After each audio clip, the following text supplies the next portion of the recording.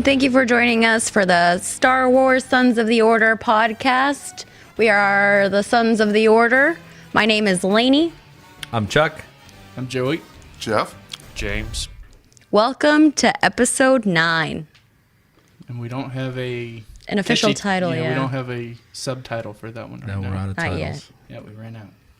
Well, I think this week we'd want to discuss the state of collectible comic book autograph type conventions that we've seen throughout the United States, and especially here in Texas. Anyone want to open this up? They have exploded. They have exploded to the point where conventions are now the posh thing to do. It is a national and worldwide obsession. Conventions have grown like 100-fold at least in the last 4 years, I'd say. My only frame of references are the shows here in the DFW area. I went to a few in the mid to late 90s. They were generally at the Plano Center. I went to one. Maybe it was the old Irving Convention Center. Right, or something. absolutely. And now at the new Irving Convention Center, they had the Dallas Comic Con a few weeks ago. I'd say that was a pretty big venue, at least for the area when you're talking about conventions and shows, but it was jam-packed. Mm-hmm. It was really packed. It's outgrown that venue. Yeah, Well, which you wouldn't think would happen. I know me and James went out there Friday morning or Saturday? Saturday. Saturday morning. What'd you think of it? Who, me? Absolutely. I wasn't impressed, quite frankly. But I thought that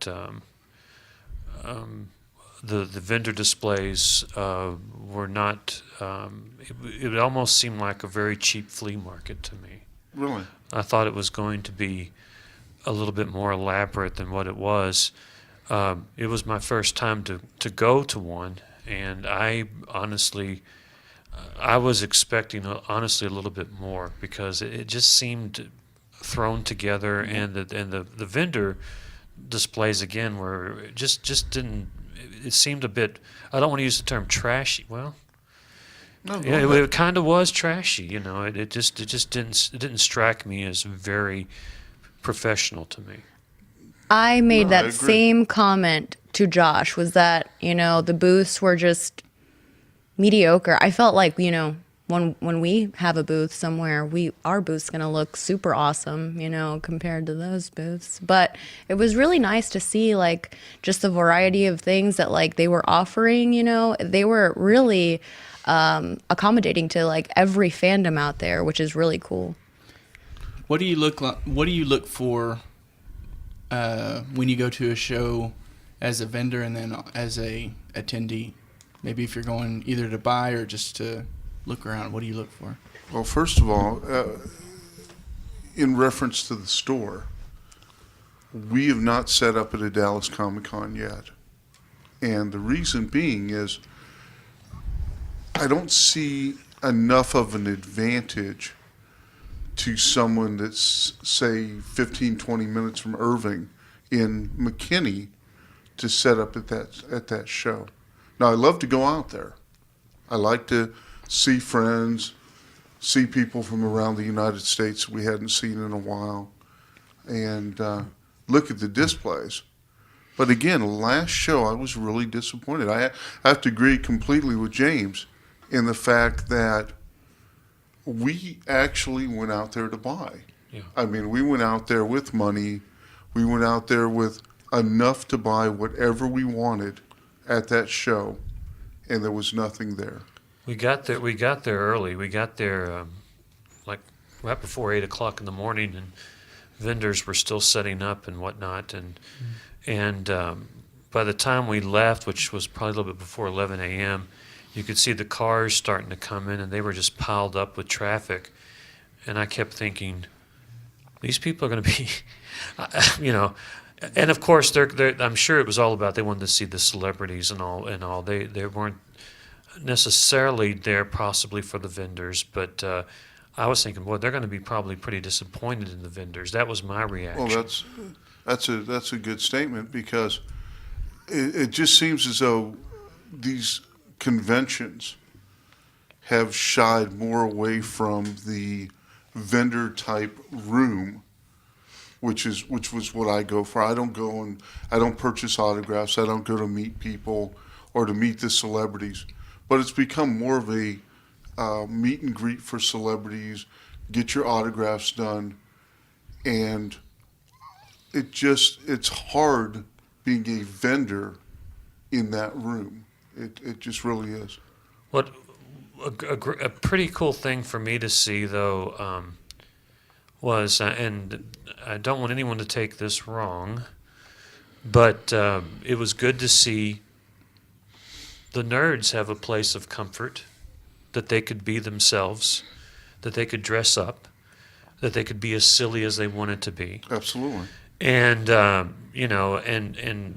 I was wearing a Dallas Cowboys jacket, and this vendor hollers at me and says, "Dallas Cowboys, come over here." And he had the Dallas Cowboy booth with the autographs and whatnot. And he said, "You gonna be interested in all this?" And I looked at him. I said, "What are you even doing here?" Yeah, it seems like I said, I said, "These people are probably not interested in your product." And he said, "Yeah, that's why I'm yelling at you. You stand out, And his stuff was crap anyway. But I just thought, what a weird place for him to be. that just seems like such an odd choice. I mean, you're gonna pay to have a booth there at a sci-fi nerd convention, Expo, Yeah. right. and Did he only have sports autographs? yeah, Yes, that's all he had. He was, sports in fact, I mean, his booths even said it said Dallas Cowboys. It was, just autographs from certain players and Little bit out some of place. pictures of. So that's what it was. it's some nerd kryptonite over here. Yeah, I mean, But is the answer that the promoter of the show is allowing anyone to set up, it sure seemed like it. or That would be is my it that they were just trying to fill the room out, or is it that they're actually looking to do a multicultural or a multi. I don't think they're out to exclude anybody. I think that, you have so many different conventions out there. You have BlizzardCon, you have A-Con, you have DragonCon, you have San Diego Comic-Con, you've got Fangoria, you've got Chiller, you've got so many different cons out there, so that when you have like a regular Comic-Con, it's kind of a melting pot between comics, anime, definitely toys, Sure. and movie memorabilia. Sports collectibles really don't have a huge place in there, When we but were you He had you no could one in his certainly booth. see that it's such a large slice of people that were there. In Texas, football is It's like huge. second to none. So if there's any place in the world that I would have a Comic-Con that I would set up with sports collectibles, it would be Dallas. Because the moment I moved into the state, it was like, football was like everything, and everything else was a distance. Dallas Cowboy football is king. No, in the Metroplex, no question. But he was still getting no action at his booth. Do you Well, it think was 8 o'clock in the morning, though. No. Actually, this was a couple hours later when they'd let everybody in. This was when you and Jeff and I were at that one particular person buying some products. This was probably about 10:30. But even then, as I was attending conventions and started very early, like in the early, probably the late 1970s, I was going to the New York Comic Con and shows around the East Coast. There was a definite segregation between sports collectibles and everything else that was that was a nerd related. That was a different time, though. Well, I understand, I mean, that was but completely different because, coming up as a card collector first, Sure. and going to sports shows. Yeah, when sports shows were the dominant at the time. sports shows were always 70s and bigger than- 80s, sports collectible shows dominated everything. the comic book conventions were like minuscule compared to, Chiller Theater. The first Chiller Theaters were like in the little basement of a hotel, and they've grown to like this mega huge cash cow. And San Diego Comic-Con is like the biggest thing in the world. I mean, there's no sports show that even compares to San that. Diego's turned more into a media event. It is. Yeah. Because it really is. That's where you get all of the like releases of like things that movie are coming out. releases, Yeah. Games and everything. Comics, everything. If Dallas wants to get on, well, Dallas will probably never get to the level of San Diego. That is the mecca. But I think they need to also seriously look at the location for this place the next time as well. I don't think that you've seen the full, because you haven't seen Dallas Comic-Con. No. And Dallas Comic-Con last May was the biggest it had ever been. And I would put it fourth on the list of conventions in the world. Where was it located? Dallas Convention Center. Okay, that's a better location, not in Irving. Irving has basically they've outgrown Irving. Yes. They have, but the cost is what's considered. I know whenever I showed up, the doors opened up at 10. I took the exit to get to the convention center around 9:35 or 9:40, and it took me an hour just to park. Remember that Because- we saw that. Crazy. Because We saw that. it was just madness. Yes, just it an was. hour just to get into the complex Yes. and to park. Not to mention, I had already pre-purchased my tickets, but I still had to get in the queue to actually get in the door, and that was another 30 minutes Right. just to get inside, even though, like I said, Just to get your ticket.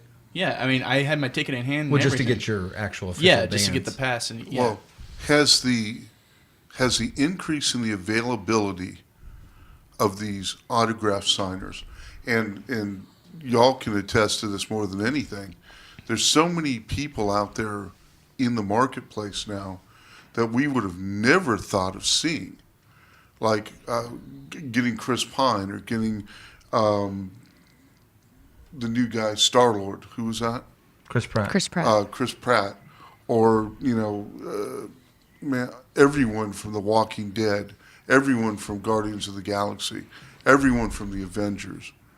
I mean, just huge stars that are out there that are taking advantage of being able to go out and on a weekend make, several $1,000s signing autographs. See, the thing is, too, is I wish, Jeffrey has seen these throughout the years, but you haven't really paid as close to attention to him because you're not a collector like It's I am. not an interest. To You're me. not a collector like I am. But I have watched this particular show grow from being in a little tiny hotel, like a tiny room in Tulsa and in Plano, and it moved around to Houston, and they tried it in different places 20 years ago, to something that can fill the Dallas Convention Center Oh, sure. and have 60 to 100 major media guests, all there. And it's grown. Back when I went to the first shows, I'd sit and talk with Peter Mayhew and Jeremy Bullock and Dave Prowse, who was Darth Vader and Boba Fett and Chewbacca, and Kenny Baker, who's R2-D2. I sat down and talked with Jeremy Bullock and Peter Mayhew for like an hour and a half. And the reason is because there was nobody there in that Tulsa show. I just sat there and talked with him, Warwick Davis. I got my autographs, and there was nobody there. There was probably maybe 200 people in attendance. And now to see 20 to 40,000 people come, it's huge. Mm-hmm. Another thing that I had really thought about is look at all of the TV shows. I was about to say all that of the, too. All Yeah. of the TV shows, all the modern reference Absolutely. that's made in reference to, just as an example, Star Wars. And Well, mainstream even it doesn't have to be cable television. It's even mainstream television. You turn on Fox, there's Gotham, or there's, there is in my opinion, a mass explosion. We were talking, I guess, a couple of weeks ago. I was asking you guys, do you think Star Wars would be oversaturated? And both of you, or I think it was Joey that said, No, look at the superhero movies. Look what's coming out. Look what's happening. And you look on television, and I mean, it's all over the place now. And so I think they're going to look at this, I think, in future years as this is a golden age for these conventions and all because of the expansion, because of what's not just in the movie theaters, but it's also on mainstream television. Well, the culture is just taking such a shift. It's such a geek friendly culture right now, and everybody just is. The general attitude is just, hey, whatever you like, that's fine. Whereas when I was growing up in middle school, what was it, like 15 years ago, whatever, I'm over there reading my Star Wars book and getting made fun of and everything. So it's just there's been a pretty quick dramatic shift. Well, one of the number one shows on TV is Big Bang Theory. Yeah. And look That at too, yeah. and I can make a direct reference to Darth Talon when one of the guys, maybe was it Wolowitz or one of them, they show in their bedroom, and they have a Darth Talon sculpture. It's Wallets. It's Wolowitz. And the next thing you know, the next day, we have people just coming in here asking for Darth Talon or for a Darth Talon figure. That Star Wars lamp, I know you can't see that at home, for those of you listening to our podcast, but there's a Star Wars lamp behind our producer. The lightsaber lamp? And I was watching, I think it was Wolowitz's room, and he had the same lamp in his room. Absolutely. So, yeah. Well, it's funny because, watching Seinfeld for so many years, one of the key things in Seinfeld on his bookshelf is a Randy Bowen statue of Superman. It's a full-size edition. That full-size edition, forever after that, became known and is known today as the Seinfeld statue. As a Seinfeld one. And anytime you do a search on it, if you want that particular statue, you just search Seinfeld statue, and that's the statue that comes up. It's just in today's society is just so different. Mm-hmm. You can watch just about any television show. And I remember I was watching something last night, and they made a reference to lightsabers, or they're making a reference to Han's blaster, or stormtroopers, or whatever it is. Star Wars is woven into everything. Just at the Oscars, there were stormtroopers like in the opening intro. Isn't that amazing? Yeah. Granted, that wasn't the 501st, but they were there. So, do you think you could get the 501st to participate in scripted choreography like that? To go back to the conventions, though, I mean, they really have grown, and they have provided so many of the fans a way to link their interest with so many other people that have similar interests. The cosplay alone is just driven a huge industry. Well, cosplay is its own. It's amazing. That exhibitor hall thing that you're talking about, where there are vendors, is just now one. It's very important, but it's only one component of what makes up Comic-Con, and it is not necessarily now. In the 70s and 80s, it was the component. Now, it is a room. And it is a side component. That building is 4 floors. That is one room of the convention. And I'll tell you, there is so many other things to be had because a lot of the age group that go to the Comic-Con, they don't have a lot of money. Mm-hmm. They're not going to go in there and buy a, I walked down the vendor hall and I'm looking at statues and figures and all kinds of stuff. And there's stuff that's like $20, $50, $40. But there's also stuff that's like several $1,000s. And it's like, hey, look at that Batman statue up there. Yeah, well, it's also $1,700. Well, if you're going to Comic-Con and you've already paid a couple $100s to get in the door or $100 to get in the door, and you want to get a couple autographs, like Stephen Amell was there, the lead, who's Oliver Queen and Green Arrow in the Shout Arrow out series. to Stephen. Hey. Yeah, Stephen. His autograph, to get an autograph and photo op, is about $50 a piece. So there's $100. So I mean, you got to start thinking about, okay, what am I going to do? And where I have to choose my my money wisely, because this weekend is it's 2 days or 3 days max. Once it's over, it's over. And, I only have so much money. So am I going to buy this statue that's like $400 that maybe I can get down the road? Or am I going to go and see Stephen Amell? Am I going to go see John Barrowman? John Barrowman? Am I going to go see Shell Nichols? And some of the other people, the great people that were there. And that's why the autograph, and the celebrities being there has become such a major component, because people like that live around this area, or like you and me, they don't get the meaningful opportunity to meet folks like that on a regular basis. I can't just walk down the street and say, "Hey, Steven, how are you? It was a great episode of Arrow last night." I mean, it's just not going to happen. Oh, I wish. Well, then I guess then you have to look back and say, is it actually worthwhile? And this was kind of a point I was trying to make earlier. Is it actually worthwhile to set up at a show when you know that all the money is being sucked out of it and going to the autograph or the celebrities? I think yes, and only because, like, when you put a booth in there and I walk past it, I see you.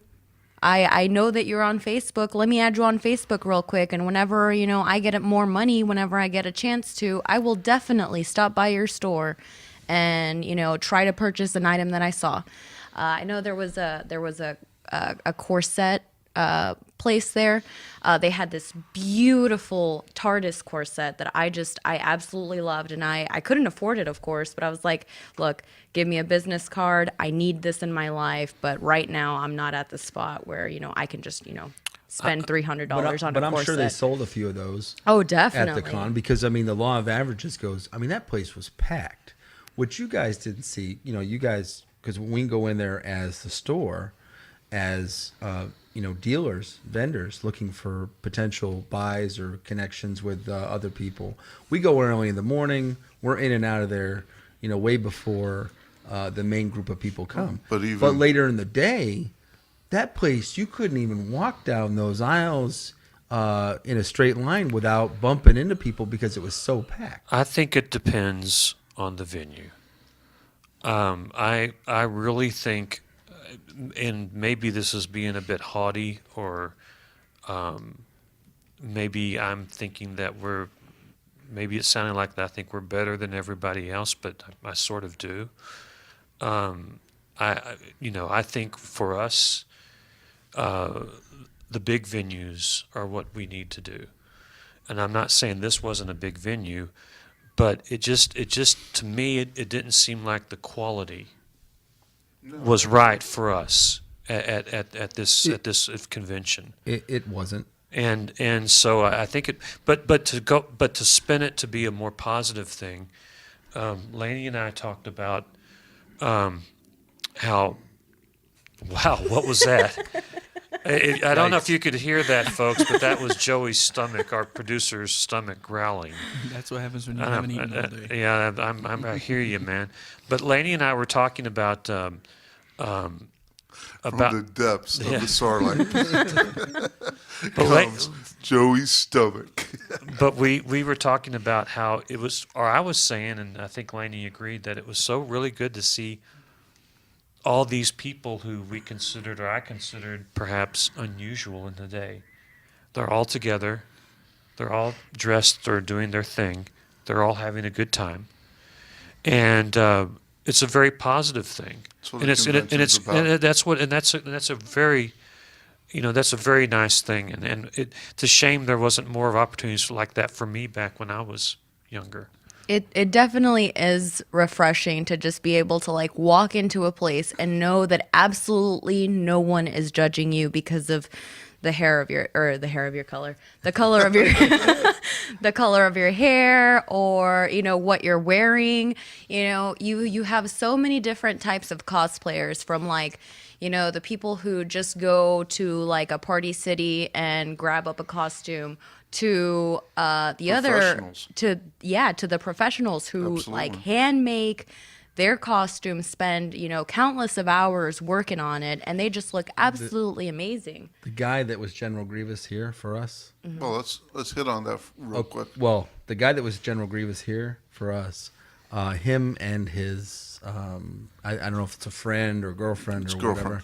whatever. They were both velociraptors from Jurassic Park at this Nice. particular That's awesome. convention. Awesome. And I don't know if you guys went upstairs and saw them or anybody did. We didn't get a chance to. If you Google, if you look at pictures on the internet, I'm sure there's some for Dallas Comic Con and show it. But they were awesome. I mean, they were outstanding, and they weren't alone. I mean, there were several people that were outstanding. And I'll tell you, it really just gets you going when people put so much time into building for a convention and they launch these costumes. It's awesome. I met a weeping angel from Doctor Who, and oh my nice. gosh, her costume was just like absolutely amazing. Of course, she stayed in character the entire time. I asked her if I could take a picture with her, and she just nodded, didn't say a word because they don't speak, But when we took the picture, she posed for it, and she was scary, and it was just so much fun to see that just come to life. Of course, I was scared, but it was cool, and I'm thinking it's like, wow, I want to do that. It makes me want to get into cosplay and have that passion Once as well. it gets warm again, we'll have another cosplay day out here at the store. You can do a lot at con if you even if you don't have any money, if you can get in the door, if you can get admission, you can do a lot.